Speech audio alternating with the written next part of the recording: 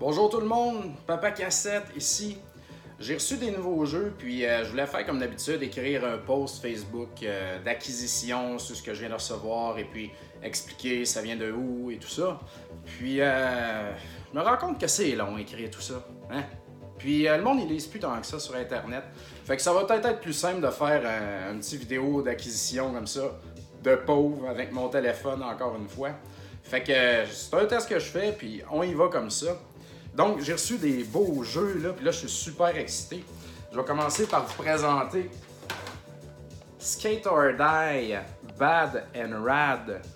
J'ai fait un setup de pauvre sur ce jeu-là. Et puis, c'est un platformer, donc c'est vraiment pas pareil comme les Skate or Die. C'est pas comme Skate or Die 2 au NES. C'est pas une aventure. C'est des niveaux. Et puis, il faut que tu les passes 2D. C'est vraiment difficile. Et puis, peu de monde aime les Skate or Die, mais moi Skate or Die, c'est ma jeunesse, c'est le NES, c'est le skate quand j'étais jeune, tu sais, je skatais, puis c'était... Tout ça est interrelié. Skate or Die 2, ça me parle beaucoup, la musique de ça. Donc, je trippe sur la série, et puis je les veux tous complets, bien sûr. Alors, j'ai réussi à trouver ça sur Facebook. Un gars qui l'annonçait à vendre à 300$ US. Moi, lui, il est sealed, hein? Il est neuf, il n'a jamais été déballé. Je suis pas du genre à payer pour du sealed. Je suis pas fou à ce point-là. Fait que j'ai rien dit au gars, j'ai juste activé les notifications sur le post. 2 semaines plus tard, il l'a baissé à 150 US en menaçant qu'il allait l'envoyer sur eBay si personne se manifestait. J'ai pas bronché. Et puis, 1 semaine plus tard, il l'a affiché à 75 US, shippé. Et puis là j'ai flanché. Là. C'est sûr qu'avoir eu complet, pas emballé, ça aurait été moins cher. Par contre, écoute, c'est vraiment une belle pièce et puis c'est pas si plus cher payé pour quelque chose qui me rend là, vraiment, vraiment heureux et puis que je trouve absolument magnifique. Donc, ça fait longtemps là, que j'ai activé des notifications eBay pour cet item-là complet sur Facebook. Sur eBay, comme je disais. Et puis, j'en vois pas souvent. J'en vois jamais. Fait que là, je me suis dit, c'est le moment, je me gâte, c'est réglé. 75$ US pour ce magnifique item. J'ai reçu aujourd'hui pour Switch Wonder Boy. Donc, moi, j'ai jamais joué à celui-là de Dragon's Trap, qui est comme le remake moderne et super bien fait du classique de Master System. Et puis, c'est mon ami Maxime Desjardins, Dej, qui m'a donné la piqûre de collectionner les first print, les first éditions sur la Switch. Puis là, je capote, je suis ça, là, genre, je les veux tous, surtout ceux-là de Nicalis, ici, parce qu'ils font un super beau package qui donne des gogos dedans, soundtrack, il y a un livret, il y a des petits porte-clés, il y a plein d'affaires. Fait que la Switch est vraiment devenue ma nouvelle console que je veux vraiment collectionner. Tu sais, la Wii U, moins, parce que j'y joue pas tant. Mais la Switch, je suis vraiment là-dedans, là, présentement. Fait que là, j'ai recommandé plein d'autres jeux Switch que j'ai trouvé les first print. Et puis, je surveille ça bien comme il faut. J'ai vraiment hâte de jouer à ça aussi. C'est un chef-d'œuvre que tout le monde dit.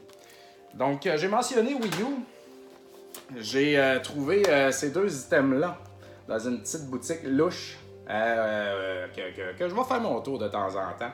Et puis, c'était les deux pour 5$. Le gars, il dit, pars avec, je veux plus ça, je m'en sac. Fait que, alright, j'ai pas de PS4, fait que j'ai pogné ça, je vais essayer de le vendre. Là, je vais l'afficher à 20$, puis on va voir qu'est-ce que ça donne. J'en ai pas de besoin. Peut-être pour l'arcade, peut-être l'arcade en aurait de besoin. On va voir. Et puis, Nintendo Land, ça vaut pas grand-chose. J'ai vraiment pris pour les enfants. Mais mon plus vieux, il aime ça, les jeux de Nintendo avec des petits puzzles, des petits mini-jeux comme ça.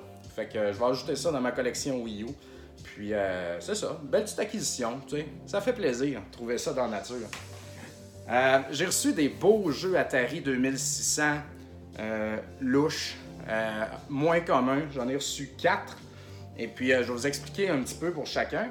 D'abord, j'ai reçu ceci, Submarine Commander. Vous voyez ici en haut, c'est écrit Sears Telegames. Je sais pas si on voit bien là. Ça, c'est comme une... Sears ont fait des jeux pour l'Atari 2600. Ils en ont fait avec juste un chiffre sur le label, et puis ils en ont fait comme ça, que c'est écrit Sears Telegames en haut. C'est souvent des repeats des jeux déjà existants ou des jeux nouveaux. Puis ça, c'en est un. Ça, il n'y a pas d'autre version de ce jeu-là. Donc, c'est un bon prix, 10 US pour ça, et puis c'en est un des rares dans la série Sears à essayer de trouver. Donc, je suis bien content. Puis pour expliquer mon point, je vous montre ici dans le fond. Vous voyez, le Sears Telegames ici, il est différent du classique ici, Astéroïde, qu'on voit partout, là. Le vaisseau est comme flippé de bord et puis les couleurs sont shiftées un peu. Donc, moi j'aime bien là, la série Sears Telegames. Je la ramasse à temps partiel. C'est comme un side quest, disons. Je capote pas là-dessus, mais quand j'ai vu le prix de l'autre, je l'ai pris parce que anyway, ça venait. Je me suis fait un petit bundle, j'ai négocié ça. Donc, très content.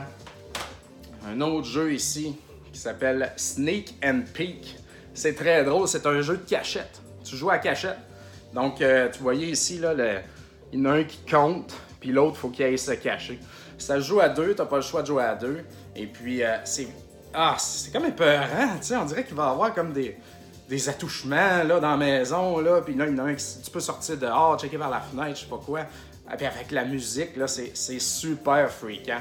C'est pas un jeu qui vaut cher. La série US Games, dans le fond, est pas une série qui vaut très cher. Mais je presque complète cette série-là. Il m'en manque juste un dans une autre version. Et puis je vais vous montrer, dans le fond, les jeux US Games, ils ont l'air de quoi. Donc, les moins communs sont comme ça. Vous voyez, avec une petite poignée en avant. Ça, c'est très bon en passant à Egomania, là. Donc, US Games. Deuxième version, même affaire, pas de petite poignée en avant. Et puis, troisième version, ben, c'est ceux-là en noir. Donc, moi, je collectionne, bien sûr, je veux closer cette série-là. Il me manque 2 jeux avec une poignée comme ça. Puis, quand on a le choix dans une série Atari 2600 que je fais, je préconise toujours celle avec des poignées. Télé 6, ils ont des poignées, il y en a plein d'autres qui ont des poignées. Donc, parce qu'ils font sans poignée puis avec poignée du même jeu, la plupart du temps. Donc, moi, je prends tout le temps avec poignée. Puis, je prends pas toutes les versions parce qu'à un moment donné, j'aurais plus de place dans la maison. Fait que c'est ça. Et puis, un autre jeu ici qui est comme... C'est drôle. C'est pas la même compagnie. C'est un jeu de ski fait par Amiga. C'est le seul jeu publié par Amiga dans le 2600. Du moins, à ce que j'ai vu sur Atari Age. Et puis, c'est le même kart que le US Games que je vous ai montré avant. Fait que très drôle. Donc, Mogul Maniac, un jeu de ski. Je l'ai essayé vite fait. Ça a l'air pas pire. Mais c'est le seul de sa série sur Atari 2600. Fait que c'est ça, une affaire de plus. Et puis, pour finir, ça c'est du beau Atari 2600 louche, là. C'est Tank Brigade. Vous voyez? C'est la série Exo 7, Panda. Faut que je me renseigne sur cette série-là. Donc, il y a une version où est-ce qu'ils font des labels wrap-around comme ça. Ça, c'est un kart Apollo, dans le fond, qui ont repris, qui ont mis leur board dedans, puis qui ont mis comme un papier de sheet par-dessus. Moi, il était décollé un peu, je l'ai recollé avec la colle en bâton. D'ailleurs, la colle en bâton, c'est ce qu'il y a de meilleur pour recoller tous les labels de jeux vidéo. Et puis, c'est ça. Il y en a 3 dans la série des labels comme ça. Et puis, je pense qu'il y en a un qui a juste... L'autre série de la même compagnie, il y a juste un N label mauve, rien sur le dessus.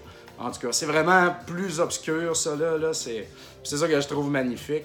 Donc, voilà. Ça faisait longtemps que je n'avais pas acheté l'Atari 2600.